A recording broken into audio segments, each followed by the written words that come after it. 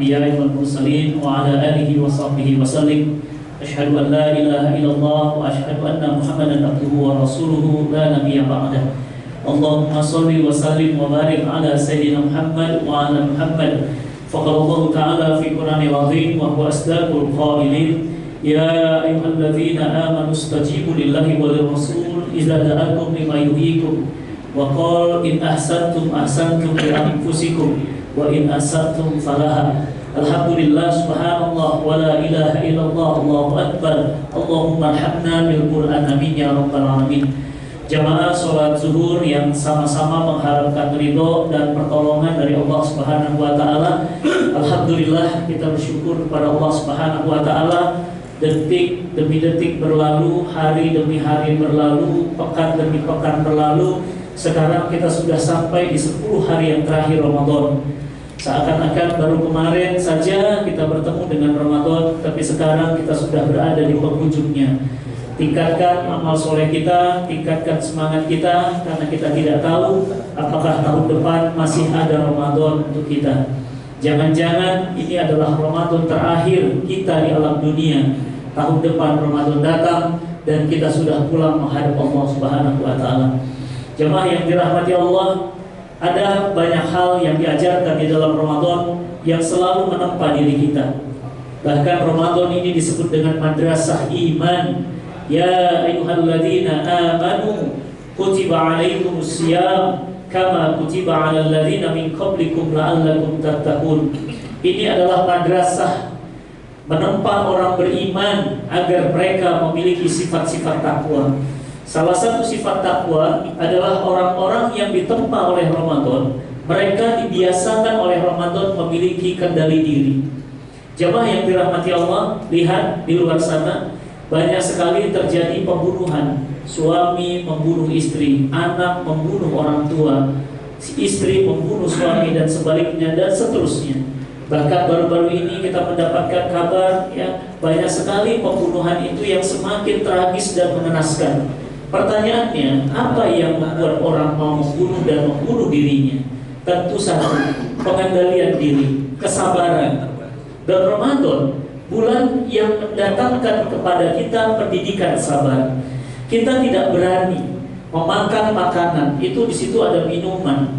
Kalau di luar sana ada makanan, kita bisa beli. Kita punya uang, bahkan makanan yang kita beli adalah makanan yang halal. Tapi Ramadan mengajarkan kita sabar karena nanti ada waktunya. Bukan masalah tidak bisa beli, bukan masalah tidak punya. Tidak, kita punya uang untuk membeli. Kita bisa ada kesempatan untuk mengambilnya, tapi kita tidak mengambilnya. Kenapa? Karena Ramadan mengajarkan kita sabar. Semua ada waktunya. Lihat, korupsi terus bertambah. Sampai-sampai korupsi itu ada klasmen sementara. Ada klasmen permentara si A, si B, perusahaan anu, sehingga terus bertingkat. Pertanyaannya, apa yang membuat orang yang sudah bergaji besar tapi tetap korupsi? Tentu tidak sabar, ingin cepat lebih kaya, ingin lebih kaya lagi, ingin lebih besar lagi. Orang-orang yang tidak sabar berarti dipertanyakan kelulusan Ramadannya. Kenapa? Karena Ramadan mendidik kita sabar, tidak berani memakan harta yang halal, apalagi yang haram. Harta yang halal, makanan-makanan di depan kita bisa kita makan, makanannya halal, tapi kita tidak berani memakannya. Kenapa? Karena memang Ramadan mengajarkan kita belum waktunya.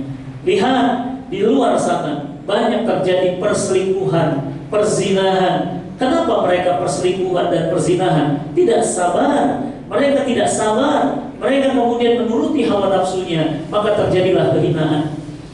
Jemaah yang dirahmati Allah, lihat di luar sana Kementerian Agama memberitakan kepada kita tingkat perceraian di Indonesia meningkat 300%. Dari Sabang sampai Merauke, data terbaru, setiap 2 jam terjadi 17 pasang perceraian setiap 2 jam di Indonesia. Jadi 2 jam 17 pasang, 2 jam 17 pasang, rata-rata 17 pasang. Jadi ini perceraian yang sangat tinggi sekali. Kenapa terjadi perceraian? Tentu suaminya tidak sabar, ditambah istrinya pun tidak sabar. Dua-duanya sama-sama tidak sabar, terjadilah perceraian. Maka Ramadan ini datang kepada kita untuk mendidik kita sabar, sabar.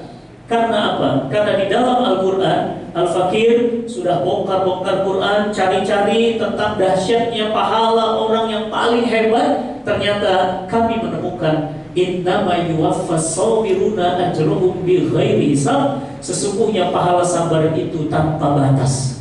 Ternyata pahala yang paling tinggi adalah pahala tak berbatas. Dan pahala itu dipakaikan kepada orang-orang yang sabar.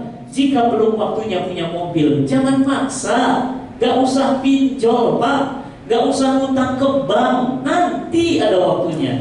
Belum punya rumah, sabar. Nanti ada waktunya. Tidak usah hutang kesana kesini sampai bunganya berlipat-lipat ganda. Bukan lagi bunga, tapi itu riba kaitannya. Dan riba itu dosa besar. Dosanya 73 pintu dosa. Dan paling kecil kata Nabi seperti berzinah dengan ibu kandungnya sendiri. Sabar. Semua ada waktunya.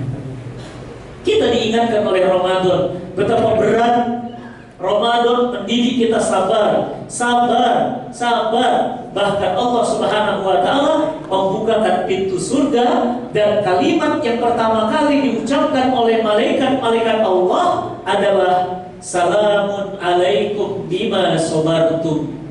Jadi jamaah, nanti insya Allah saya doakan semua yang ada di masjid ini semuanya masuk ke dalam surganya Allah. Amin. Amin ya rabbal alamin. Nanti masuk surga, Pak. Itu gerbangnya dibuka. Ucapan malaikatnya menarik, Pak. Bukan selamat datang, Pak. Masuk ke dalam surga Allah karena sholatmu di dunia. Enggak. Selamat datang, Pak. Masuk surga karena hajimu di dunia. Enggak. Apa kata malaikat? Salamun alaikum bima sabartum. Selamat datang di dunia. Maaf, selamat datang di surganya Allah. Salamun alaikum bima sabartum. Selamat datang di dunia, selamat datang di surga karena kesabaranmu di dunia. Kami pingin Pak punya rumah. Baru Allah kasih 18 tahun pernikahan. Tahun pertama nikah, kontrak sampai tahun ke-17. Sudah 7 rumah yang saya pindah-pindah.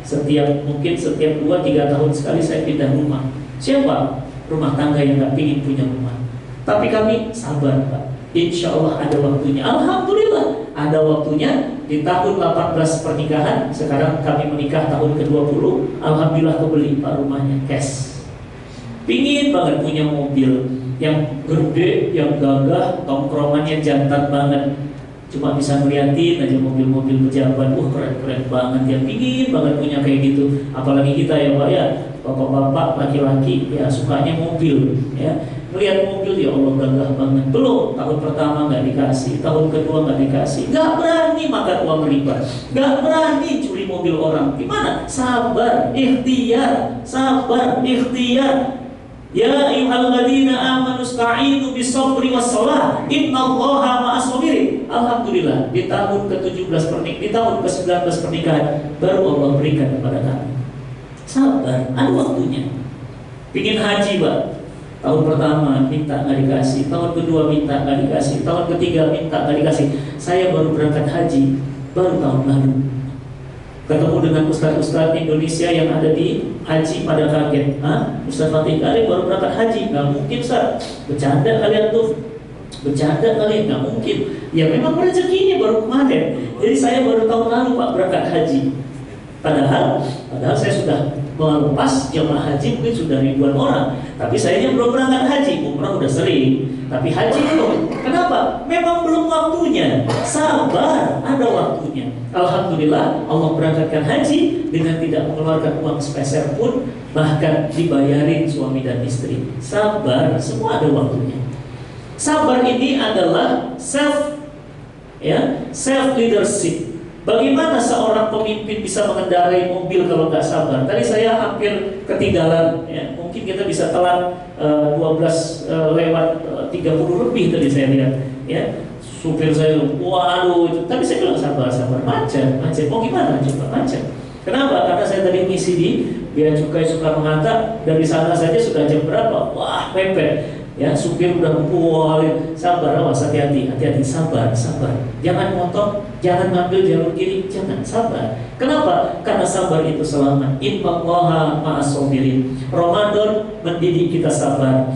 Kalau belum waktunya, jangan diambil. Kalau bukan milik kita, sabar. Nanti kita akan dapatkan, sabar.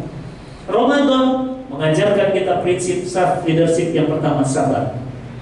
Dan Ramadan mengajarkan kepada kita prinsip yang kedua, yakni Ramadan mengajarkan kita bahwa semua yang kita lakukan ada balasannya. Orang-orang puasa itu diajarin visioner, Pak.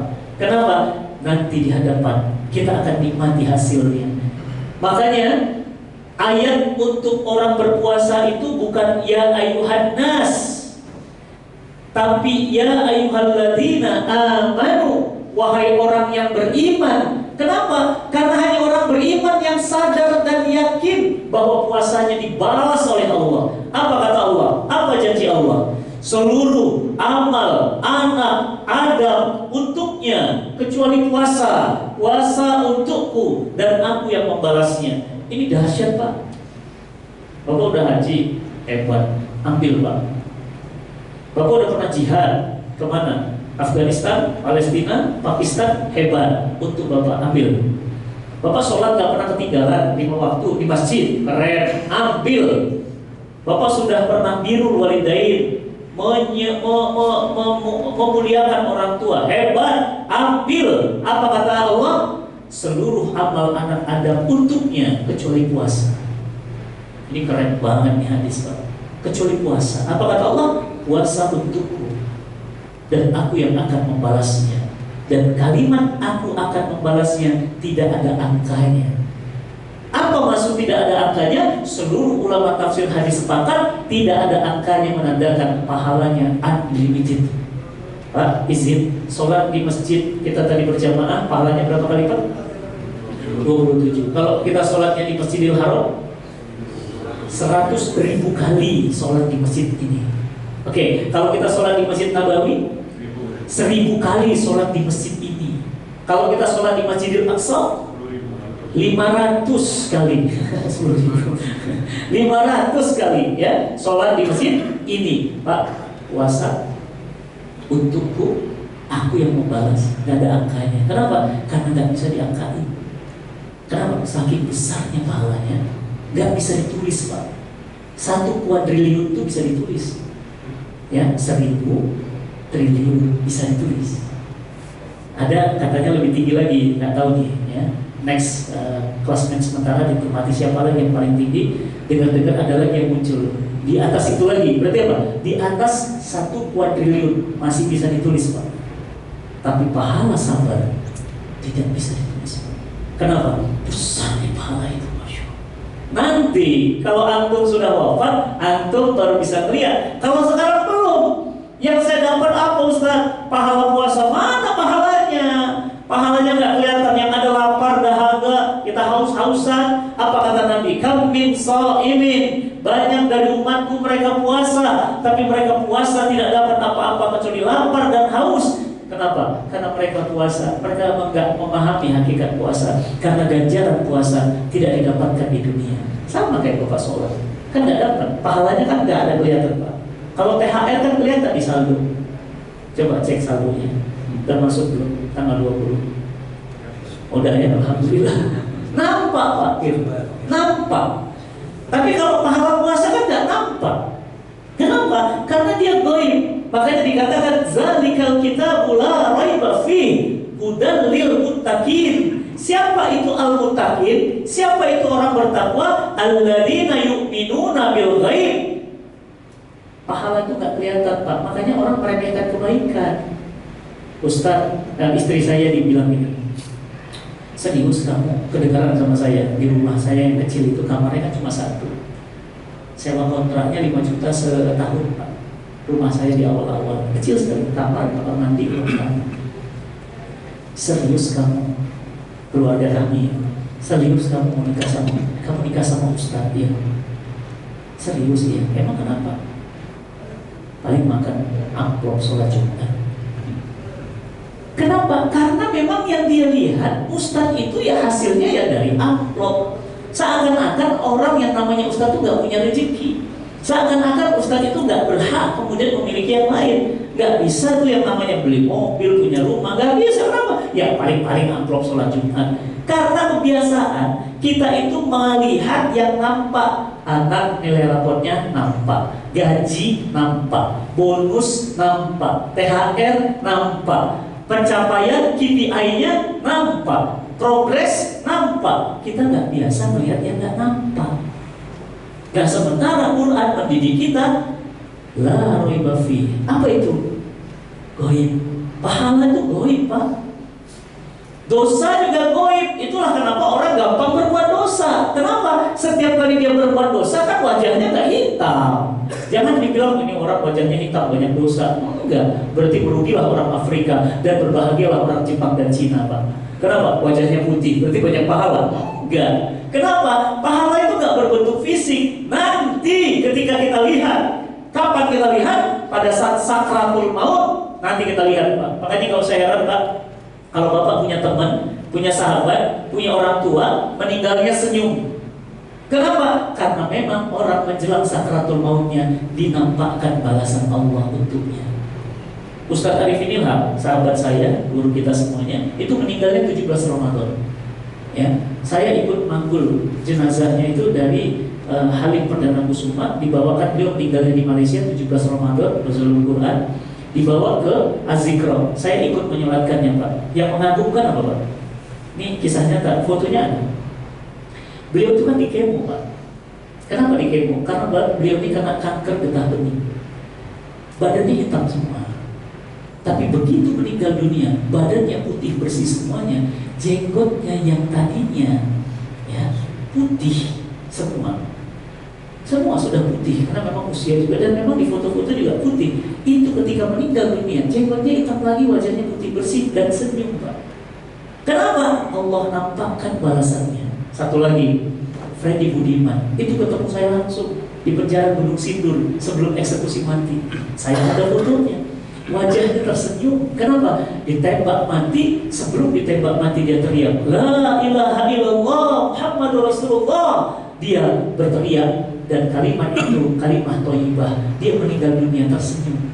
Ternyata orang yang tersenyum itu bukan dibuat-buat, Pak. Karena ternyata kalau ada jenazah, saya sudah pernah lihat jenazah, saya tarik itu tangan pipinya ke kiri berapa senti ke kanan, itu nggak bisa dipaksa. Ternyata senyum itu memang ada hadisnya. Apa kata Nabi? Seseorang menjelang sakaratul maut dinampakkan balasan Allah. Makanya mereka tersenyum. Makanya kalau melihat syuhada-syuhada Aqsa, itu benar. Mereka tersenyum, bahkan ada yang tertawa. Itu benar. Kenapa? Karena mereka melihat balasan Rabbnya. Tahu dari mana Ustaz? Ada hadis, Pak. Ada kisah. Saya mau cerita kisahnya. Walaupun waktu saya terbatas, saya kasih kisah ini mudah-mudahan jadi motivasi di 10 malam terakhir. Kisah siapa? Kisah seorang sahabat bernama Sya'ban. Ini ceritanya menarik banget, Pak. Beliau Sya'ban radhiyallahu anhu selalu sholat di shaf pertama di sebelah kanan. Jadi milihnya, dia pintar banget. Imamnya kan Nabi SAW. Dia selalu ambilnya shaf kanan ujung, shaf pertama. Kenapa? Karena Nabi begitu Assalamualaikum warahmatullah, itu yang dilihat langsung Sya'ban. Pintar dia cari muka. Assalamualaikum warahmatullah, Assalamualaikum warahmatullah. Sya'ban yang kelihatan pertama. Nah, sholat subuh, satu subuh, Assalamualaikum warahmatullah, Assalamualaikum warahmatullah. Gak ada. Nabi balik badan bertanya, wahai para sahabat, mana Sya'ban? Kemudian sahabat yang lain saling kiri kanan. Apa mungkin ke toilet kalau kita sekarang, kamar mandi? Nggak ada di kamar mandi juga. Oke, kita tunggu. Nggak ada Sya'ban. Nggak pernah absen, Pak. Apa yang terjadi, Pak? Sya'ban nggak ada. Apa kata Nabi? Kita ke rumahnya. Berdiri Nabi, kemudian ke rumah Sya'ban, jalan kaki. Pak, perhatikan, berangkatnya ba'da subuh sampai ke rumahnya menjelang zuhur. Pertanyaan saya, berarti kalau Sya'ban sholat subuh, berarti jam berapa dia berangkat? Karena Nabi berangkatnya katakanlah habis subuh kita tuh ya, habis subuh 5.30 kan. 5.30 udah selesai Pak pasti. Berarti kalau Nabi 5.30 selesai, zuhur itu kan 11.30. Bayangkan 4 jam, 5 jam jalan kaki sampai ke rumah Sya'ban. Begitu sampai ke rumah Sya'ban, diketok pintunya. Tok tok tok tok tok. Assalamualaikum. Gak dijawab. Tok tok tok tok tok tok. Assalamualaikum. Gak dijawab. Tok tok tok tok tok. Assalamualaikum. Keluar istrinya. Waalaikumsalam warahmatullahi wabarakatuh. Begitu keluar, kaget istrinya. Kenapa? Yang datang Muhammad sallallahu alaihi wasallam. Menangis istrinya dan berkata, "Ya Rasulullah, kami bahagia sekali engkau datang. Tidak ada yang memberikan kabarkah kepadamu ya Rasulullah? Mana Sya'ban?" Kata Nabi, Mana Sya'ban? Apa kata istrinya? "Ya Rasul, Sya'ban wafat tadi malam." Maka Rasul pun ikut menangis, meneteskan air mata, berkata, "Bagaimana keadaan Sya'ban? Sakit apa dia?" Apa kata istrinya? "Tidak sakit ya Rasul, hanya dia berteriak 3 hal." Apa teriakannya? Kata Nabi, Sya'ban berteriak menjelang sakratul mautnya. Apa teriakannya? "Andai lebih jauh." Kayak orang ngigau Pak. "Andai lebih jauh, andai lebih baru, andai lebih banyak." Istrinya bertanya kepada Rasulullah, "Ya Rasul, kenapa suamiku? Kenapa dia berteriak itu?" Apa kata Nabi? Seseorang menjelang sakratul maut digambarkan langsung balasan Allah kepadanya. Dan Sya'ban menyesal. Kenapa kurang jauh Pak? Kenapa kurang jauh? Ternyata perjalanan ba'da subuh, atau dia subuh jam 4, jam 5 kalau waktu kita, berarti jam 1 dia jalan. Kemana? Ke Masjid Nabawi. Kalau enggak jalan, berarti dia nginep. Bayangkan jauhnya perjalanan. Dan dia menyesal Pak. Kenapa dia menyesal? Ternyata setiap langkah kaki kita menuju masjid, itu ternyata naikin derajat level kita di sisi Allah itu tinggi banget. Surga itu juga berlapis-lapis Pak. Ternyata ada lapisan satu surga itu Pak, ada 10 tingkatan. Satu surga 10 tingkatan. Jadi misalnya antum masuk Firdaus, Firdaus itu pun ada level lagi. Makanya kita mintanya apa? Firdaus A'la. Kenapa? Firdaus A'la itu Pak, udah Firdaus levelnya paling tinggi. Kenapa? Langsung dekat sama arsy Allah. Beda itu levelnya manusianya. Ya, makanya mintanya Pak Firdaus A'la. Jadi kalau antum kepleset dikit, minimal jatuh tetap di Firdaus. Tapi kalau antum sudah bukan Firdaus, kepleset ya sudah, mungkin bukan di surga lagi gitu ya. Nah, maka yang dirahmati Allah, jamaah yang dirahmati Allah, apa teriakan Sya'ban? Andai lebih jauh. Yang kedua, andai lebih banyak. Apa yang terjadi? Sya'ban itu rupanya kata istrinya, emang kenapa Sya'ban kata Rasulullah? Dia kalau keluar rumah, dia selalu kan zaman dulu belum ada belum ada uang kertas, belum ada PIN ATM, belum ada QRIS. Ya, belum ada ATM. Zaman dulu itu, ya uang tuh ya uang sebolontolan emas itu. Uang dinar Pak. Kayak sekarang antap tuh ya, yang sekarang dipalsukan juga tuh ke Jepang. Ya Allah, ya, Masya Allah. Jadi ternyata itu bawa emas itu di sini Pak. Jadi kalau ke masjid itu belantolan gitu, duit. Bayangkan Pak. Ya, makanya tadi keropak saya lihat cepat banget perjalanannya. Nanti Bapak nyesel itu. Andai lebih banyak, ya. Ambil lagi Pak keropaknya, isi sekarang. Kenapa? Nanti nyesel Pak. Beneran serius. Apa kata Nabi? Orang menjelang sakaratul maut digambarkan balasannya. Ternyata, emang kenapa kondisi Sya'ban? Kan Nabi nggak tahu. Nanya sama istrinya, "Pantesan suamiku kalau ke masjid bawa uang banyak." Sepanjang jalan, rupanya dia habis. Dan selalu kemudian pulang kosong lagi. Makanya istrinya bilang apa? Dia bilang pada istrinya, andai lebih banyak, andai lebih banyak, andai lebih banyak. Nyesel dia Pak. Yang ketiga, apa kata Sya'ban? Andai lebih baru. Nabi bertanya lagi, emang kenapa kok Sya'ban teriak andai lebih baru? Ternyata Sya'ban itu Pak, kalau keluar masjid selalu pakai baju yang paling baru dan pakai baju dalam. Dan istrinya bilang, selalu kalau pulang dari masjid, selalu baju barunya hilang. Kemana Pak? Dikasih.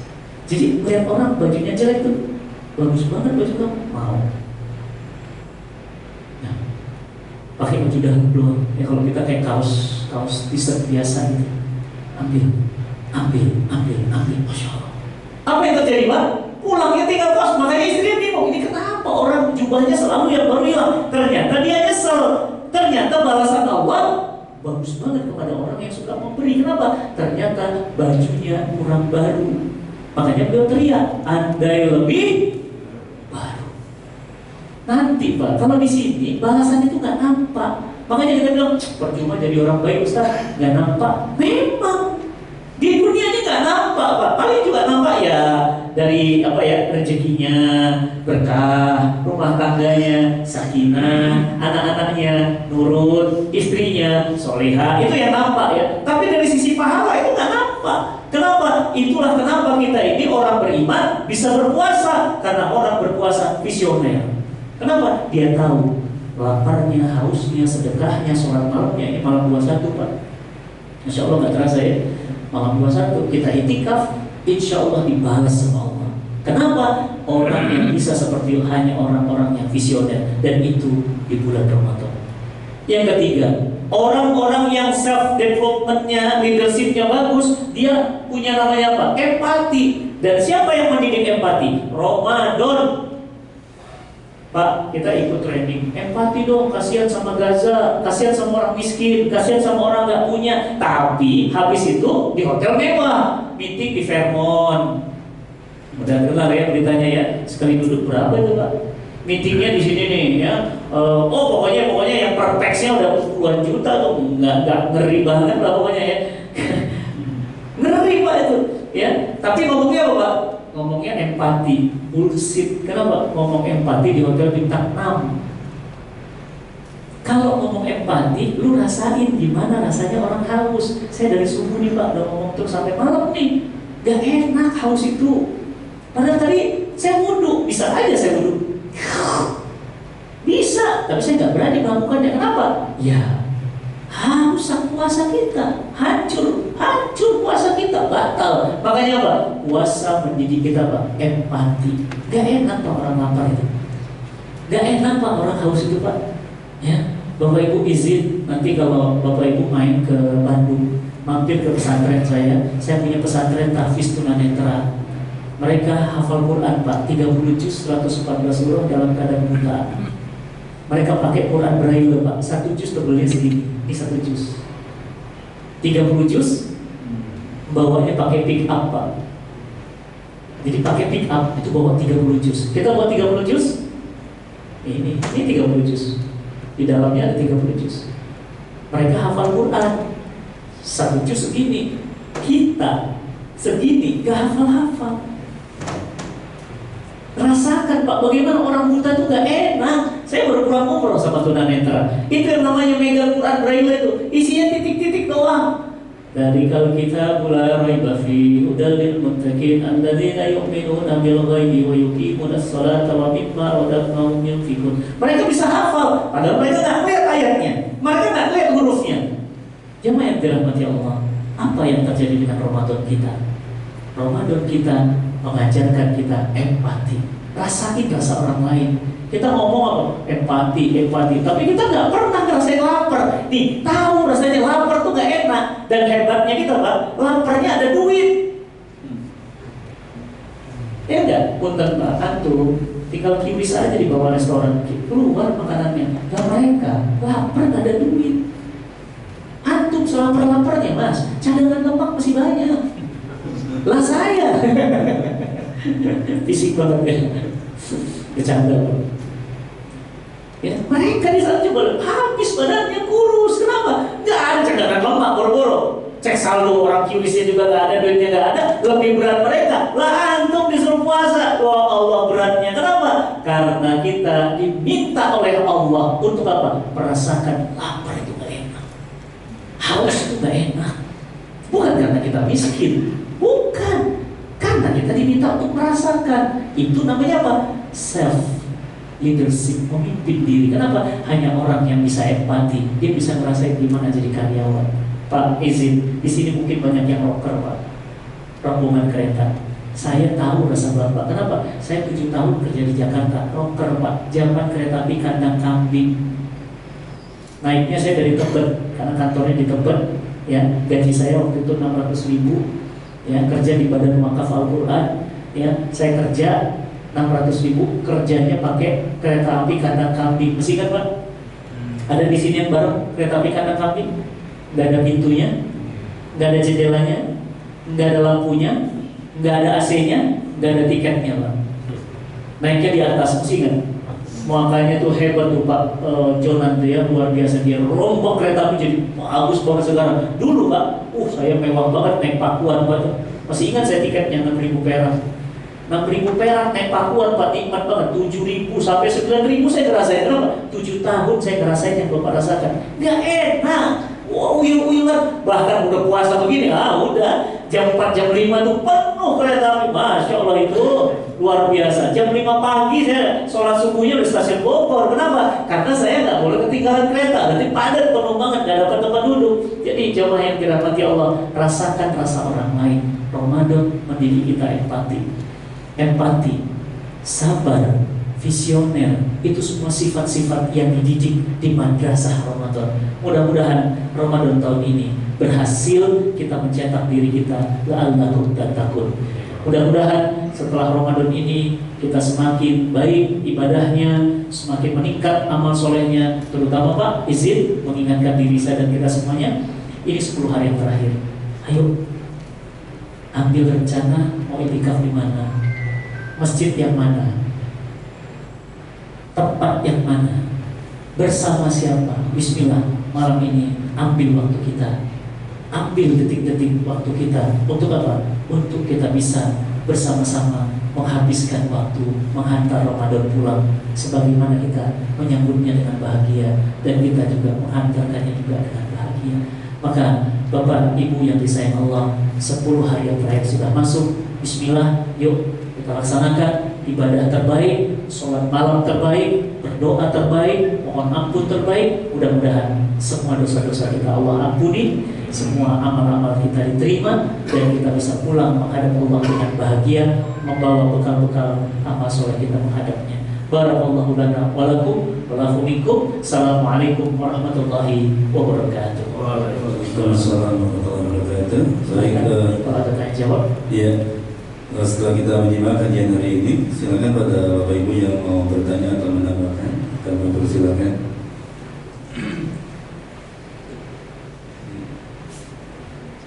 Dan boleh silakan. Bismillah. Barakallahu fiik Ustaz. Ya. Ana mau tanya dan mohon nasihatnya terkait pahala tadi. Apakah kita diperbolehkan melakukan suatu ibadah memang semata-mata karena Allah, tapi mengharapkan juga pahala yang bertambah gitu. Karena ada beberapa referensi gitu yang cukup Allah aja itu sudah bagus, tapi ada yang memperbolehkan itu. Ya, mohon nasihatnya. Menarik pertanyaannya, Ustaz. Bolehkah kita beramal dan mengharapkan pahala? Gitu kan? Ya. Pertanyaan itu dijawab oleh hadis Nabi tentang puasa. Apa kata Nabi? Man shoma Ramadan. Siapa yang berpuasa Ramadan imanan, dengan iman, wahtisaban, berharap dapat pahala. Ya kan? Ghufira lahu taqaddama min zambi. Jadi dari hadis itu membolehkan kita berharap pahala. Contoh lagi, ya kan? Nabi, ya, Nabi kemudian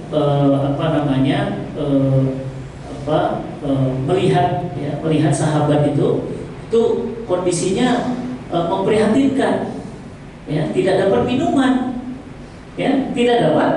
minuman, kering Pak, padahal perang. Ternyata orang Yahudi, memang Yahudi Pak ya, dari dulu ingkar janji, selalu khianat. Memang begitu. Ada sumur, udah sumur tua, cuma karena ada airnya, mata airnya segar banget, memang sampai sekarang masih ada. Namanya sumur Raumah.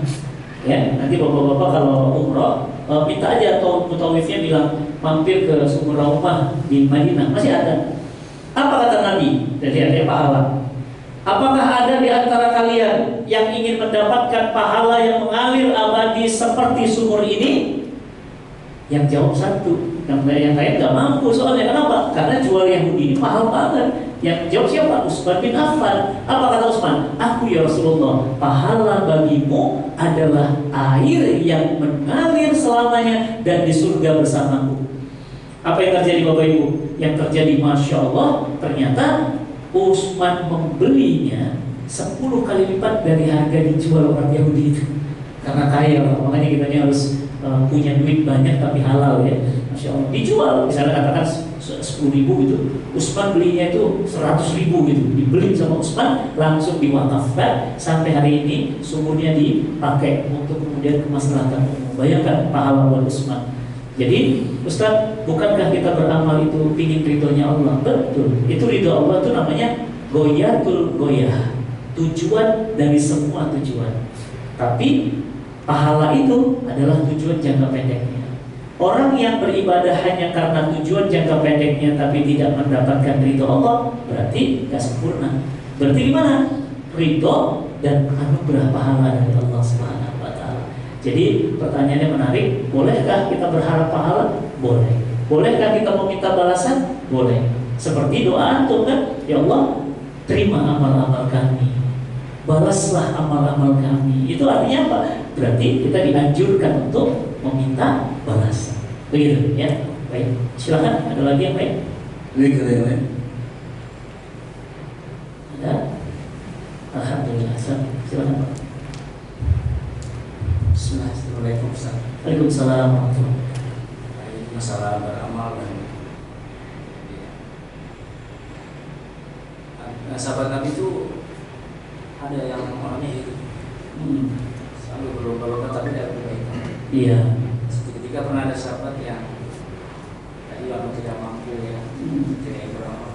Bagaimana ya Nabi, saya mengalahkan seorang itu yang dia kaya-kaya. Iya.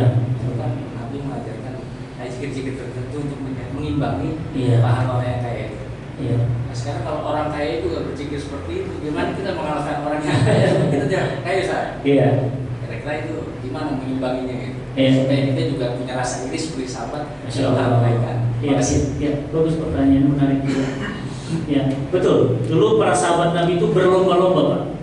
Berlomba-lomba. Ya, makanya tadi saya bilang itu mereka itu berlomba. Bayangin, sahabat kan banyak, Pak.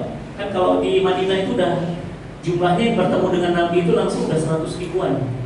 Bayangkan, sekarang aja kita mau dapat soft 1 Masjid Nabawi itu susah banget. Bayangkan, saya tuh kebayang bagaimana tadi sahabat Syakban.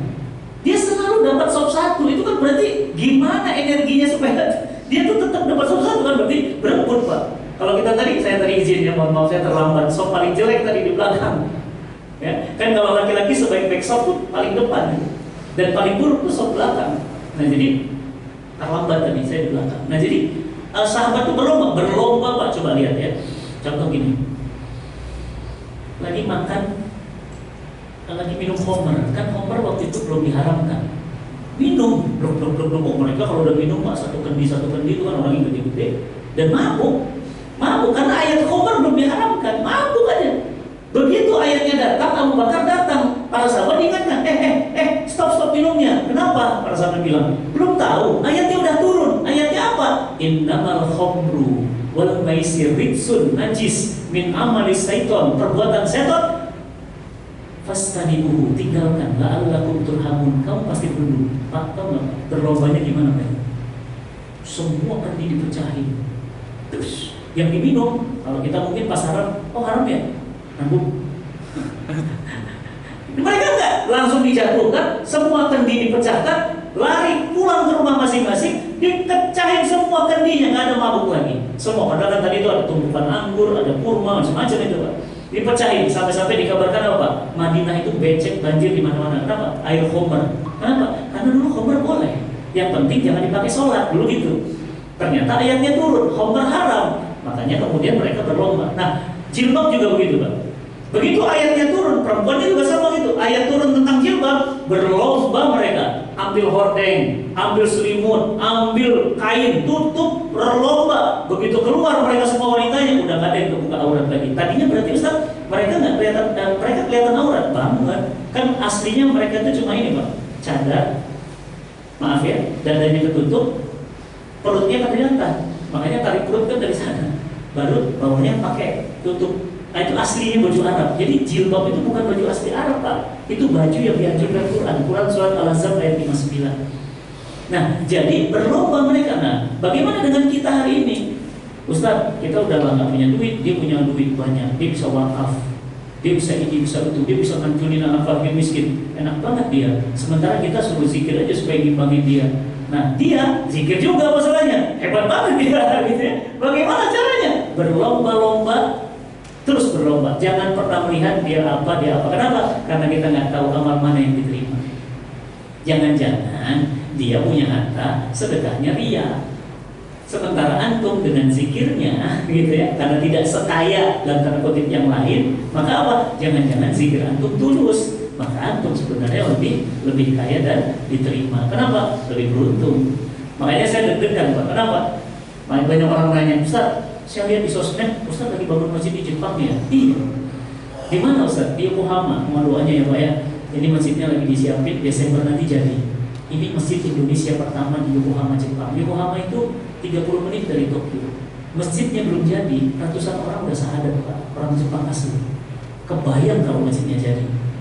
Ustaz, tapi saya lihat lagi tadi di sosmed, kok Ustaz bangun masjid lagi di Australia? Kan Jepang belum selesai. Iya Pak, di Australia, di Melbourne, saya lagi bangun, namanya Masjid Baitul Makmur di Laverton. Laverton itu di Baitul Makmur di Melbourne, di selatan dunia, selatan Australia. Ya, tapi saya dapat kabar lagi di sosmed, Ustaz bangun masjid lagi di Kanada. Kok banyak banget Ustaz? Ini belum selesai dibangun lagi. Tadi Pak jawabannya, saya takut. Takutnya apa Pak? Jangan-jangan belum diterima. Jadi kenapa orang rakus? Dia takut mungkin yang ini nggak diterima, yang itu nggak diterima, dia tebas lagi itu. Jadi makanya terus Pak. Makanya rakus beramal. Makanya nanti malam nih, malam 21 harusnya kita iktikaf. Dan bukan sembarang iktikaf. Tanya sama panitianya. Makan malam udah ada Pak. Tapi snacknya belum. Snacknya dari saya deh. Apa kata temannya? Udah teh dari gua. Enggak, udah cemilan dari gua. Berebut Pak. Oh itu di masjid kami begitu. Makanya Bapak kalau ke masjid kami ya di Bogor tuh Al Muslimun, itu masjidnya Pak. Bapak bingung. Makanan ngejar orang, bukan orang ngejar makanan. Kenapa? Setiap orang menghabiskan hartanya untuk traktir yang etikaf malam. Makanya kita bingung. Udah makan ada buahnya, ada minumannya, ada masya Allah itu luar biasa. Ada cemilannya, kenyang banget itu, kenyang banget. Makanya orang senang ke masjid. Kenapa? Makanannya udah kayak supermarket Pak. Kenapa? Jamaahnya berebut. Kalau di masjid lain kan enggak berebut minta makanan. Kalau ini mau berebut ngasih makanan. Nah jadi mental seperti itu bagus untuk mendorong kita berlomba-lomba dalam kebaikan. Dan khawatir, kenapa? Takutnya amalan itu nggak diterima. Makanya kerjain amal ini, kerjain amal ini, kerjain amal ini, gitu. Allah Masya Allah. Baik. Ada ini. Cukup. Saya rasa mungkin di depan di meja ada produk-produk besar mungkin bisa di. Ya, baik. Ini jamaah, saya baru pulang umroh bersama para penghafal dan tunanetra. Air Zam-Zam asli ya, dan ini sudah saya bacakan doa ya. Mudah-mudahan ini jadi sarana penyembuh bagi yang sakit dan juga jalan keberkahan bagi yang sehat. Jadi silahkan nanti boleh diminum ya. Ba'da sholat ditambahkan Al-Fatihah 7 kali bagus, atau setiap hari diminum. Ini air Zam-Zam yang sudah didoakan. Nah ini air daun bidara. Daun bidara adalah tanaman yang ditakuti bangsa jin dan sudah saya ruqyah. Jadi mungkin anak, istri, antum mungkin was-was, nggak tenang, ya tidurnya nggak tenang. Ini tinggal disemprot-semprotkan saja di tangan, kaki dan kepala menjelang tidur. Enak, dingin, ya. Dan ini ada minuman herbal ala Nabi. Ini bagus banget jaga kesehatan.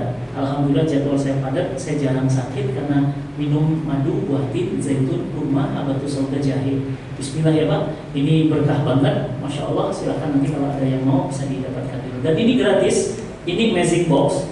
Nanti ambil di luar gratis. Untuk apa? Nemenin antum sedekah subuh. Jadi ambil sedekah subuh. Nanti setelah sedekah subuh sudah penuh semuanya, insya Allah nanti dikumpulkan di WA nomor ini. Cinta Quran, boxnya sudah penuh. Nanti isinya digunakan untuk menghantar hidayah ke seluruh penjuru dunia.